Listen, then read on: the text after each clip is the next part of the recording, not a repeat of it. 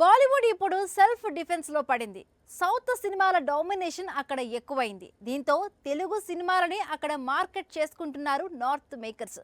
Sets పై ఉన్న సినిమాల rights కోసం ఇప్పటి నుండే పోటీ పడుతున్నారు. అంటే వచ్చే 10 ఏళ్ళు తెలుగు సినిమాలే బాలీవుడ్ ని రూల్ చేయబోతున్నాయా? Just watch it. బాలీవుడ్ లో సౌత్ సినిమాలకు డిమాండ్ పెరిగింది. బాహుబలి, కేజీఎఫ్, RRR, కల్కి వచ్చాక సీన్ మొత్తం మారిపోయింది. హిందీ బాక్స్ ఆఫీస్ రెవెన్యూ కోసం తెలుగు సినిమాలనే ఆశ్రయిస్తున్నారు నార్త్ మేకర్స్. 2024లో ఇండియన్ బాక్స్ ఆఫీస్ గ్రాస్ 12,000 కోట్లకు చేరితే అందులో సౌత్ డబ్బింగ్ సినిమాల వాటా 30% పైనే. ఇందులో పుష్ప 2 హైయెస్ట్ గ్రాసర్ గా నిలిచింది. సౌత్ సినిమాల సక్సెస్ వల్ల బాలీవుడ్ హీరోల మార్కెట్ డౌన్ అవుతోంది. గేమ్ చేంజర్ మిక్స్ టాక్ వచ్చినా హిందీలో మంచి వసూళ్లను రాబడుతోంది. హరిహర వీరమల్లు, ది రాజాసాబ్ వంటి పాన్ ఇండియా ప్రాజెక్టులు బాలీవుడ్ ను మరింతగా ఆకర్షిస్తున్నాయి. బాలీవుడ్ కంటే టాలీవుడ్ ఇప్పుడు ఫుల్ స్వింగ్ లో ఉంది. కల్కి 2, SSMB 29, విశ్వంబర, స్పిరిట్, ఫౌజీ లాంటి ప్రాజెక్ట్స్ తెలుగు సినిమా స్థాయిని నెక్స్ట్ లెవెల్ కి తీసుకువెళ్తాయని విశ్లేషకుల అంచనా. ఇక అదే జరిగితే హిందీలో మన డామినేషన్ మరొక 10 ఏళ్లు కొనసాగుతుంది. ఒకే రోజు 2 సినిమాలు రిలీజ్ అవ్వడం వింత కాదు. కానీ భారీ అంచనాలు ఉన్న సినిమాలు పోటీలో దిగితే బాక్స్ ఆఫీస్ వేడెక్కుతుంది. థియేటర్స్ షేర్ చేసుకోవాల్సి ఉంటుంది. ఏ హీరో సత్తా చాటుతాడు అన్న చర్చ పీక్స్ కి చేరుతుంది. ఇప్పుడు ఇలాంటి వాటికే సెంటర్ కాబోతున్నాయి 2 క్రేజీ ప్రాజెక్ట్స్. ఇక ఫిబ్రవరి ఫస్ట్ వీక్ లో భారీ వార్ ని క్రియేట్ చేయబోతున్నాయి. కోలీవుడ్ స్టార్ అజిత్ హీరోగా మగిచి తిరుమేని డైరెక్షన్ లో తెరకెక్కిన మూవీ విదాము యాక్షి. పలుమార్లు వాయిదా పడిన ఈ యాక్షన్ ఎంటర్టైనర్ ఎట్టకేలకు ఫిబ్రవరిలో రిలీజ్ కాబోతోంది. రీసెంట్ గా ట్రైలర్ లాంచ్ చేసి ఆడియన్స్ లో అటెన్షన్ పెంచింది యూనిట్. అయితే ఇదే టైంలో నాగ చైతన్య, తండేల్ కూడా వస్తుండటంతో 2 సినిమాల మధ్య భారీ క్లాష్ జరిగే ఛాన్స్ కనిపిస్తోంది. తండేల్ ని ఫిబ్రవరి 7న రిలీజ్ చేస్తున్నాడు నాగ చైతన్య. మొదటిసారి పాన్ ఇండియా స్కేల్లో రిలీజ్ అవుతున్న చైతు ప్రాజెక్ట్ ఇది.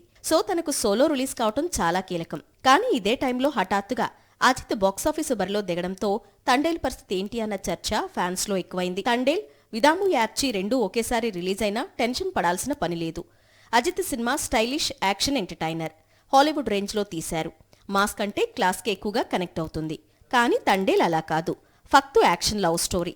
Chaitu mannerisms, Pakistan backdrop, friendship angle ఇవి భాషతో సంబంధం లేకుండా అన్ని వర్గాలకు చేరువవుతాయి. తెలుగులో విడాము యార్చీకి పెద్దగా క్రేజ్ లేదు.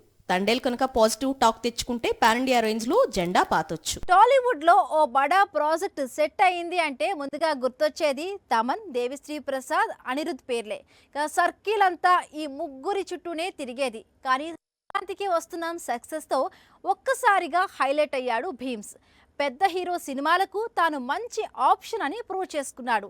అంటే భీమ్స్ కి ఇక గుడ్ టైం స్టార్ట్ అయినట్టేనా? సంక్రాంతికి వస్తున్నాం సినిమాని మ్యూజికల్ హిట్ చేశాడు భీమ్స్. బ్యాక్గ్రౌండ్ స్కోర్లో తనదైన మార్కు చూపించాడు. కొన్ని చోట్ల సన్నివేశానికి తగ్గట్టు భీమ్స్ క్రియేట్ చేసిన రిథమ్స్ ఆడియన్స్ ని థ్రిల్ చేశాయి. ఈ సినిమా హిట్ తో భీమ్స్ ఒక్కసారిగా హైవే ఎక్కేశాడు. పెద్ద హీరోలకు తాను మంచి ఆప్షన్ అని నిరూపించుకున్నాడు. ఫ్యామిలీ డ్రామాస్ కి భీమ్స్ మ్యూజిక్ కరెక్ట్ గా సెట్ అవుతుంది.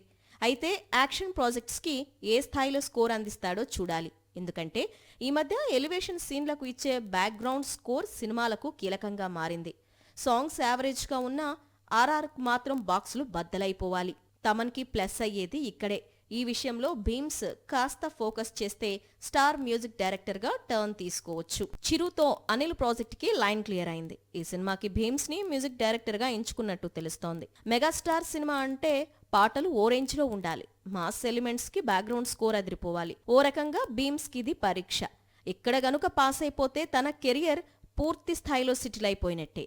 మరి ఈ ఛాన్స్ ని యంగ్ కంపోజర్ ఎంతవరకు ఉపయోగించుకుంటాడో చూడాలి. ఎంత పెద్ద స్టార్ అయినా ఒక్కసారి ఫామ్ కోల్పోతే మళ్ళీ ట్రాక్ లోకి రావడం కష్టం.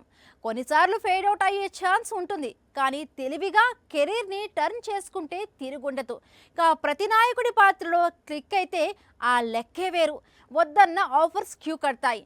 ఇప్పుడు ఇలాంటి క్రేజ్ తోనే సౌత్ నార్త్ ఇండస్ట్రీలను దున్నేస్తూ ఉన్నాడు ఓ బాలీవుడ్ స్టార్. యానిమల్ సినిమాతో మళ్లీ సక్సెస్ ట్రాక్ ఎక్కాడు బాబీ డియోల్. అబ్రార్ హక్ పాత్రలో నట విశ్వరూపం చూపించాడు. సూర్య కంగువాలో రుధిర పాత్రలో నటించి మెప్పించాడు.